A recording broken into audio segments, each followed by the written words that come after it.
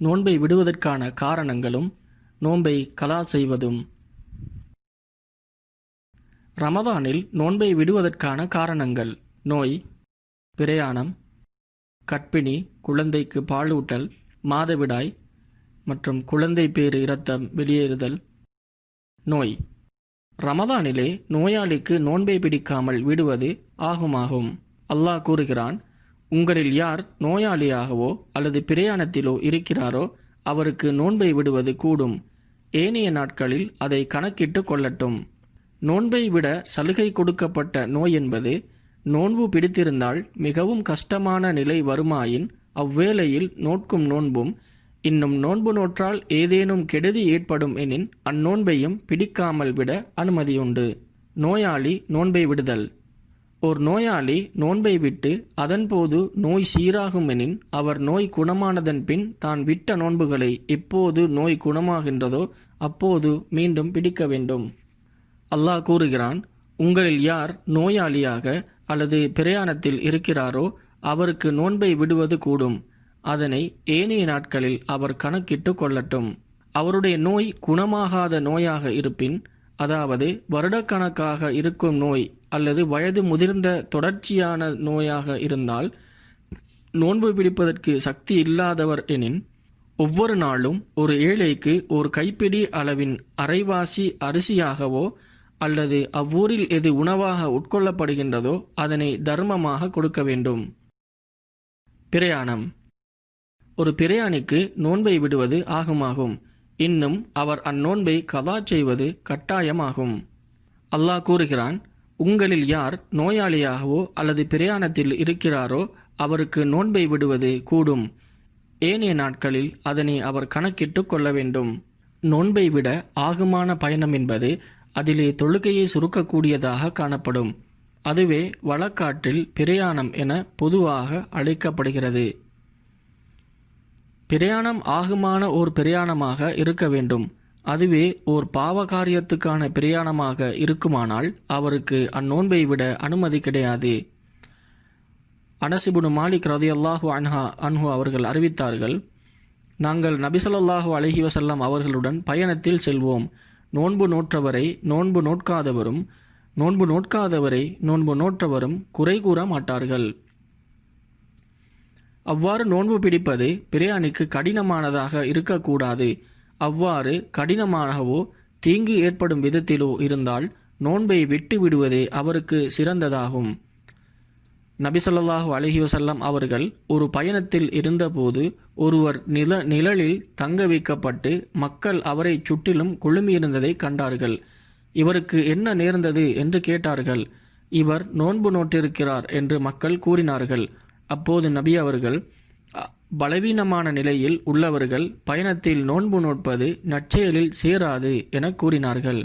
கர்ப்பிணி மற்றும் பிள்ளைகளுக்கு பாலூட்டல்: ஓர் கர்ப்பிணி அல்லது ஓர் பாலூட்டும் தாய் தனக்கு ஏதேனும் நடந்து விடுமோ என பயந்தால் அவர்கள் நோன்பை பிடிக்காமல் விடலாம். பின்னர் ஓர் நோயாளி எப்படி கலா செய்வாரோ அதுபோன்று அவர்களும் கலா செய்து கொள்ளட்டும். நபி ஸல்லல்லாஹு அலைஹி வஸல்லம் அவர்களின் கூற்றின் பிரகாரம் நிச்சயமாக அல்லாஹு தஆலா பிரயாணியை விட்டும் நோன்பை விதியாக்காமல் தொழுகையை கடமையாக்கினான். அதேபோல் கர்ப்பிணி மற்றும் பால்குடி தாய்மார்கள் போன்றவர்களுக்கு நோன்பு இல்லாமல் ஆக்கினான். ஒரு தாய் தன் மீது அன்றி தன் பிள்ளை மீது பயப்பட்டால் நோன்பை விடட்டும், பின்னர் அதனை கலா செய்து கொள்ளட்டும்.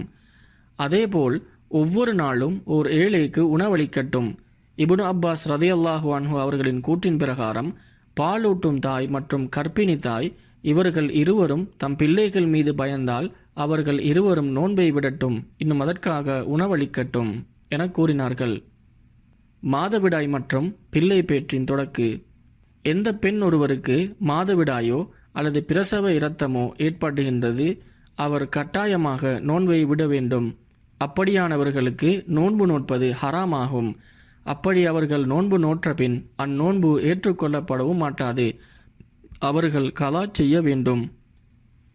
ஆயிஷா ரலியல்லாஹு அன்ஹா அவர்களை தொட்டும் அறிவிக்கப்படுகிறது, மாதவிடாய் உடைய பின் தொழுகை அன்றி நோன்பை எப்படி கலா செய்வது என அவருக்கு கூறினார்கள். நாங்கள் மாதவிடாயால் பீடிக்கப்பட்டிருந்தோம். அப்போது நோன்பை கலா செய்ய வேண்டும் என ஏவப்பட்டோம். தொழுகையை கலா செய்ய நாங்கள் ஏவப்படவில்லை. நோன்பை கலா செய்தல். ரமதானில் ஒரு முஸ்லிம் எவ்வித காரணமும் இன்றி நோன்பை விட்டால் அவர் அல்லாஹ்விடம் பாவ மன்னிப்பு கேட்பது கட்டாயமாகும். இன்னும் பிழை பெருக்கவும் வேண்டும், ஏனெனில் அது பெரிய குற்றமாகும். இன்னும் கடுமையான தடுக்கப்பட்ட விடயமும் ஆகும். இன்னும் பாவ மன்னிப்பு மற்றும் பிழை பொறுக்க தேடுவதுடன் அவர் விட்ட அதே அளவு நோன்பை ரமதான் அல்லாத ஏனைய காலங்களில் கலாவும் செய்ய வேண்டும். இங்கு கட்டாயமாக கலா செய்ய வேண்டியது என்பது உடனடியாக செய்ய வேண்டும் என்பதே சரியான கருத்தாகும். ஏனெனில் நோன்பு பிடிக்காமல் போவதற்கு எவ்வித சலுகையும் வழங்கப்படவில்லை. எனவே அடிப்படை என்னவெனில் உரிய நேரத்தில் அவற்றை நிறைவேற்றுவதாகும். காரணத்தோடு நோன்பை விட்டால், உதாரணமாக மாதவிடாய், பிரசவ இரத்தம், நோய், பயணம் மற்றும் இவை போன்ற ஏனைய ஆகுமான காரணங்களுக்காக விட்டால் அவர் கலா செய்ய சக்தியற்றவர் என்றாலே தவிர அவர் கட்டாயமாக கலா செய்ய வேண்டும். உடனடியாக செய்ய வேண்டிய அவசியம் கிடையாது. மாற்றமாக அதனை தொடர்ந்து செய்ய வேண்டும். ஆயிஷா ரதியல்லாஹு அன்ஹா அவர்களின் அறிவிப்பின் பிரகாரம், என் மீது ரமலானுடைய நோன்பு கலா செய்ய வேண்டிய கடமை இருந்தது. அதனை ஷாபான் மாதமே செய்வதற்கு சக்தி பெற்றேன். அதுவரை அதனை செய்ய முடியாதவராகவே இருந்தேன் என கூறியுள்ளார்கள். என்றாலும் அது அவருக்கு சுன்னத்தாகும். கலா செய்வதை அவசரப்படுத்துவது விரும்பத்தக்க விஷயமாகும். ஏனெனில் அது அவருடைய பொறுப்பிலேயே உள்ளதாகும். சிலவேளை திடீரென ஏற்படும் நோய் போன்றவை அவற்றை தடை செய்வதற்கு இடம்பாடுகள் அதிகமாக உள்ளன. அவர் அதனை அடுத்த நோன்பு வரை பிற்போட்டால் அது அவருக்கு அதனை பிற்போட ஒரு காரணமாக அமைந்துவிடும். எனவே அவருடைய அக்காரணம் தொடர்ச்சியாக அடுத்த நோன்பு வரை நீண்டு கொண்டே செல்லும். அவர் எவ்வித காரணமும் இன்றி அதனை அடுத்த நோன்பு வரை பிற்போட்டால் ஏகோபித்த கருத்துப்படி கலா செய்வதுடன் ஒவ்வொரு நாளும் ஒரு கைப்பிடி அரைவாசி அளவு அவ்வூர் மக்கள் உண்ணும் உணவு அவர் தர்மம் செய்ய வேண்டும். இமாம் அபு ஹனீஃபா மற்றும் லாஹிரியாக்களிடம் அவர் ஃபிதியா கொடுக்க வேண்டும் எனும் ஒரு கருத்தும் நிலவுகிறது. கலா செய்யும் போது அது தொடர்ச்சியாக இருக்க வேண்டும் என்பது நிபந்தனை ஆகாது. அது தொடர்ச்சியாக இருந்தாலும் அல்லது விட்டு இருந்தாலும் அது ஏற்றுக்கொள்ளப்படும். அல்லாஹ் கூறுகிறான், இவ்வாறு நோன்பை விட்டவர்கள் ஏனைய நாட்களில் அதை கணக்கிட்டு நோற்றுக்கொள்ளட்டும். இந்த நாட்களில் தொடர்ச்சியாக இருக்க வேண்டும் என அல்லாஹு தாலா கூறவில்லை. அப்படி தொடங்கியே இருக்க வேண்டுமெனின் அல்லாஹ் தாலா அதனை தெரிவுபடுத்தி இருப்பான். அவருக்கு நோன்பில் விடப்பட்டமைக்காக கலா ஏதேனும் இருக்குமெனின் ஏனைய உபரியானவற்றை ஆரம்பிக்கும் முன் நோன்பின் கலாவை ஆரம்பிக்க வேண்டும். ஏனெனில் ஃபர்லானதை முற்படுத்த வேண்டிய ஒன்றாகும். ஒருவர் உபரியானவற்றை முதலில் ஆரம்பித்து விட்டாரெனின் அதுவும் கூடும். அதில் பிழை கிடையாது. குறிப்பாக சிறப்புகள் பொருந்திய நோன்பு ஒருவருக்கு தப்பிப்போனால், உதாரணமாக முஹர்ரம், பிறை 10ஆம் நோன்பு, அரஃபாவுடைய நோன்பு, இன்னும் ஷவ்வாலுடைய 6 நோன்புகள், இப்படி இவையேனும் தப்பிப்போனால் இவற்றுக்கு உரிய கால இடைவேளை மிகவும் அதிகம். எனவே முதலில் எது விடுபட்டதோ அவற்றை நிறைவேற்றுவது சிறந்ததாகும். யார் ஒருவர் மரணம் வரை கலாவை நிறைவேற்றாமல் விடுகின்றாரோ அது ஓர் ஏற்றுக்கொள்ளப்பட்ட காரணமாக இருக்குமெனின் அவர் மீது எதுவும் கடமையாகும். ஏனெனில் அவர் அதில் பொடுபோக்காக இருக்கவில்லை. அப்படி அது ஏற்றுக்கொள்ளக்கூடிய காரணமாக இல்லையெனின் நோன்பின் ஒவ்வொரு நாளைக்கும் ஒவ்வொரு ஏழைக்கு உணவளிக்க வேண்டும். அதுவே அது நேர்ச்சை நோன்பாக இருக்குமெனின் அவருக்கு பதிலாக அவருடைய பொறுப்பாளி அந்நோன்பை நோற்றுக்கொள்ளட்டும். அறிஞர்களில் சிலர் கருதுகின்றனர், யார் ஒருவர் தன்மீது நோன்பு கடமையாகாத நிலையில் மரணமடைகின்றாரோ அவருக்கு பகரமாக அவருடைய பொறுப்பாளி அந்நோன்பை நோற்றுக்கொள்ளட்டும்.